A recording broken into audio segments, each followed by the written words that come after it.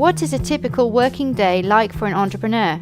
Well, we're all very individuals, and also especially entrepreneurs are, let's say, very different people.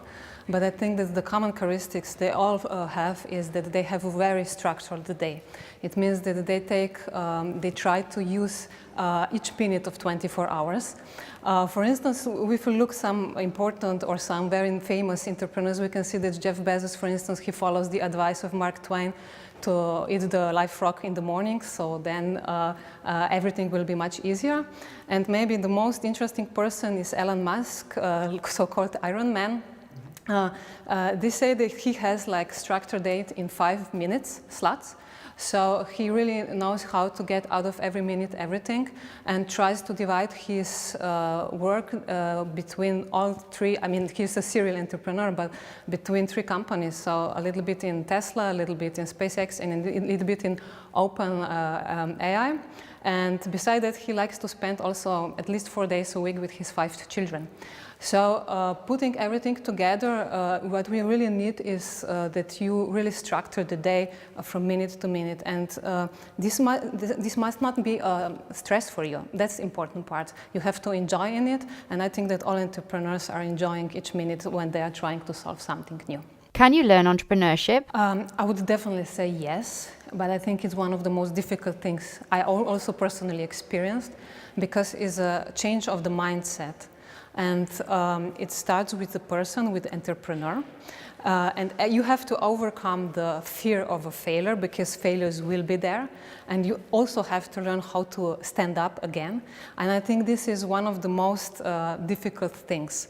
Then when you start with the establishing enterprise and so on, it's much easier because you can use different tools like design thinking, and for instance also how you manage your time with the time boxing, or there is a lot of apps out there that can help you to structure your idea and how to proceed with it, and a lot of, let's say, different hubs and so on. So I think that this can be a thought. It's not such a problem, and there is a lot of people out there that can help you with this, even with the development of your own idea.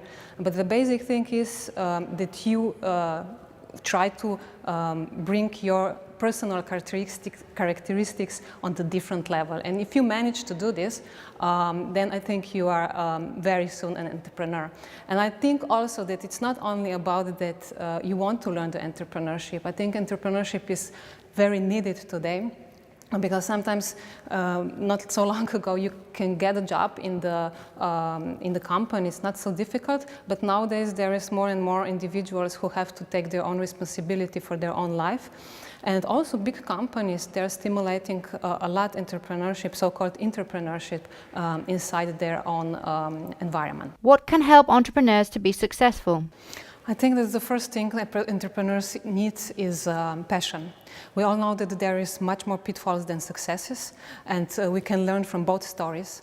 But as Steve Jobs said, you know, if he wouldn't have passion, probably he wouldn't make it, because there is a lot of extremely hard work, a lot of falls, a lot of stress.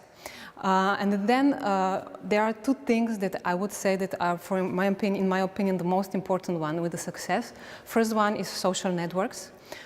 Social networks can help you with the development of your product, and then also especially with the sell. And they will give you very honest feedback at the beginning, especially when you start, and help you to exceed and leverage your enterprise. And the second one, very important, is mentorship. And by mentorship, I mean it's not about just choosing one person who is at the list of mentors, but real mentorship has to be developed in a friendship. Simon Sinek described it very well. I have to agree with it, because I had the same experience, actually.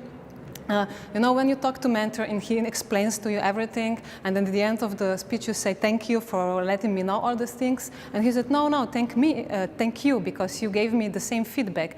And then you realize that with mentorship is always a win-win situation. And the real mentor will stand by you all the time, also when you fall, and he won't bring you up but he will show you the way. And I think that this can be really helpful. And of course, there are some other methods that you can use, like, I don't know, when you start with the idea, you can use like Canvas model to establish your enterprise, or especially because you probably have problems with time, like we all do, we can do this method of time boxing, for instance, which tells you how you spend your time, because usually we said we have to do we have some task, we have to do it, but then we don't put our time limits on it, and it takes a lot of time. So if we can put like we can do it in 1 hour, then we really can improve in our tasks, and I think that this means can really help you with the success.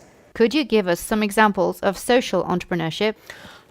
There are different social enterprises and are exceeding actually today in the world, but for instance, we have a lot of enterprises like Premiki is a travel agency employing people with disabilities and at the same time doing programs for people with disabilities. For instance, in Scotland, we have like one very good example of Social Bite, where they're taking care of people, homeless people, offering them job in the restaurant, at the same time doing different programs that help them to get out of the situations they are at the moment there. And then we have different, let's say, recycling companies that are managing the waste in a different way, reusable way. So it's a lot of different cases and very interesting one that really help to save problems in the environment or in the society.